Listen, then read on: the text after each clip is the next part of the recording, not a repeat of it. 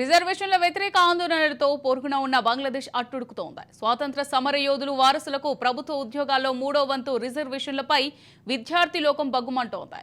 July 1 నుంచి దీనిపై మొదలైన ఆందోళనలు, నిరసనలు రోజురోజుకు ఉధృతమవుతున్నాయి. ఆందోళనకారులు, పోలీసులకు మధ్య హింసాత్మక ఘర్షణల్లో ఇప్పటి వరకు 100 మందికి పైగా ప్రాణాలు కోల్పోయారు. నిరసనకారులను అడ్డుకోవడానికి పోలీసులు కాల్పులు, బాష్పవాయు గోళాలను ప్రయోగిస్తున్నారు. ఈ ఘటనలతో బంగ్లాదేశ్లోని భారతీయులు, భారతీయ విద్యార్థులు భయాందోళనకు గురవుతున్నారు.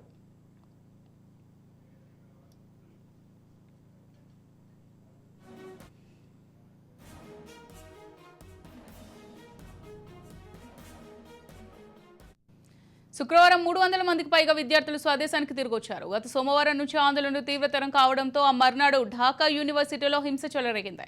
అక్కడ 6 విద్యార్థులు ప్రాణాలు కోల్పోవడంతో ప్రభుత్వం అప్రమత్తమైంది. ముందు జాగ్రత్తగా దేశంలోని అన్ని విద్యా సంస్థలు, యూనివర్సిటీలను మూసేయాలని షేక్ హసీనా ప్రభుత్వం ఆదేశించింది. దేశవ్యాప్తంగా కర్ఫ్యూ విధించి అల్లర్లు జరుగుతున్న ప్రాంతాల్లో సైన్యాన్ని మోహరించింది. ఢాకాలో ఇంటర్నెట్, మొబైల్ సేవలను నిలిపివేశారు. అన్ని రకాల సభలు, ప్రదర్శనలు నిషేధించారు. గురువారం బంగ్లాదేశ్ అధికారిక మీడియా ఛానల్ బీటీవీ ఆఫీస్పై నిరసనకారులు దాడి చేసి విధ్వంసానికి పాల్పడ్డారు.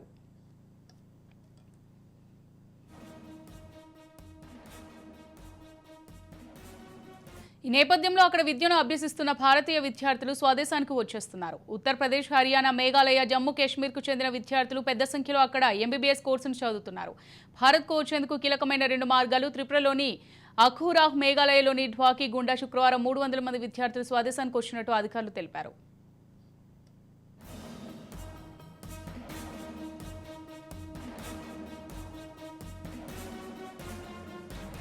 అయితే గురువారం నుంచి ఇంటర్నెట్ సేవలను పూర్తిగా నిలిపివేసిన బంగ్లాదేశ్ నుంచి వచ్చేయాలని నిర్ణయించుకున్నామని వారు తెలిపారు. మొబైల్ సేవలు కూడా ఆగిపోవడం వల్ల కుటుంబ సభ్యులతో మాట్లాడే పరిస్థితి లేదని చెప్పారు. నేను చిట్టగాంగ్లోని marine city medical college hospital MBBS చదువుతున్నాను. పరిస్థితి మరింత దిగజారుతోంది. అనేక ఆంక్షలు అమల్లో ఉన్నాయి. అందుకే మేము తిరిగి వచ్చేసాం. ఇంటర్నెట్ పని చేయడం లేదు. మేము మా కుటుంబాలతో మాట్లాడలేకపోయాం. మేము ఇంటికి వెళ్లడానికి బదులు అగర్తాలకు వెళ్లాల్సి వచ్చిందని హర్యానాకు చెందిన అమీర్ అనే విద్యార్థి తెలిపారు.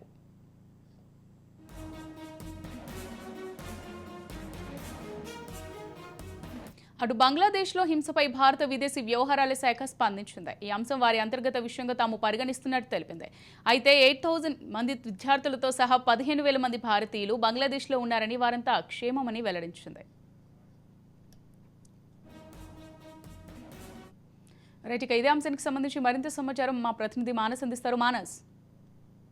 అమూల్య, మనం చూసినట్లయితే ఇప్పుడు 1971లో జరిగినటువంటి బంగ్లాదేశ్ విముక్త పోరాటంలో ఎవరైతే పాల్గొన్నారో వాళ్ళ పిల్లలకి, మనవలకి, మనవరాలకి అందరికీ కూడా 30% రిజర్వేషన్ అమల్లో ఉంది. అయితే ముఖ్యంగా చూసుకుంటే 10% రిజర్వేషన్ జిల్లాల వారీగా పరిపాలించడం, అదేవిధంగా 10% మహిళలకి, మరో 5% వచ్చేసి మైనారిటీ వాళ్ళకి, అదేవిధంగా 1% వచ్చేసి హ్యాండిక్యాప్డ్లకి ఇస్తున్నారు. సో ఈ పద్ధతిని మార్చి ప్రభుత్వ ఉద్యోగాల్లో, ముఖ్యంగా ప్రభుత్వ ఉద్యోగాలు ఏవైతే ఉంటాయో, మొదటి శ్రేణి అదేవిధంగా 2వ శ్రేణి ఉద్యోగాలు ఏవైతే ఉంటాయో వీటిల్లో ఖచ్చితంగా ఈ పర్సంటేజ్ ఆఫ్ అలోకేషన్ అనేది చేంజ్ చేయాలి అనేసి భారీ ఎత్తున డిమాండ్ అయితే జరుగుతుంది. ముఖ్యంగా బంగ్లాదేశ్ లోని ప్రధాన నగరాలు ఏవైతే ఉన్నాయో, ఢాకా కావచ్చు, అదేవిధంగా పూల్నా కావచ్చు, అదేవిధంగా రాజ్షాహి, ఈ నగరాలన్నింటిలో కూడా విశ్వవిద్యాలయ విద్యార్థులు, అదేవిధంగా నాయకుల అండర్ లో పూర్తిగా అల్లర్లు అయితే చెలరేగుతున్నాయి. ఒక వారం రోజులుగా కంటిన్యూస్ గా చెలరేగుతున్నాయి. ఈ అల్లర్లో ఇప్పటికీ సుమారుగా 100 మంది దగ్గరగా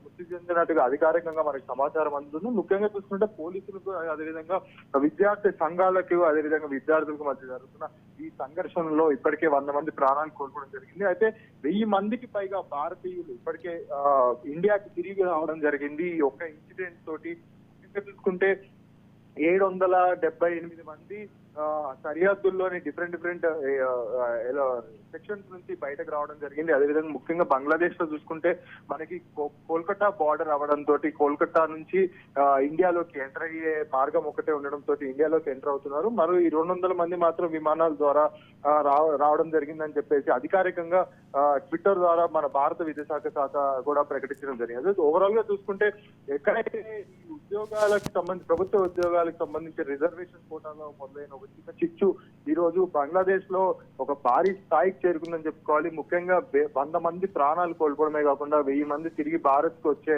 ఒక దుస్థితి కూడా నెలకొందని చెప్పుకోవాలి. అయితే మరోవైపు చూసుకుంటే బంగ్లాదేశ్ కి సంబంధించినటువంటి ప్రధాని షేక్ హసీనా కూడా అధికారిక విదేశీ పర్యటనలు అన్ని కూడా రద్దు చేసుకొని ఎప్పటికప్పుడు అక్కడ ఉన్న పరిస్థితులన్నీ కూడా సమీక్షించడం జరుగుతుంది. సో ఓవరాల్ గా చూస్తుంటే ఇప్పుడు ఇండియా బంగ్లాదేశ్ మధ్య కూడా ఈ ఇష్యూ వల్ల ఏమైనా డిస్టర్బెన్సెస్, ఇంటర్నేషనల్ డిస్టర్బెన్సెస్ రానున్నాయా అని ఒక చిన్న అనుమానాలు కూడా వ్యక్తమవుతున్నాయి. Amulya. Right, thank you Manas.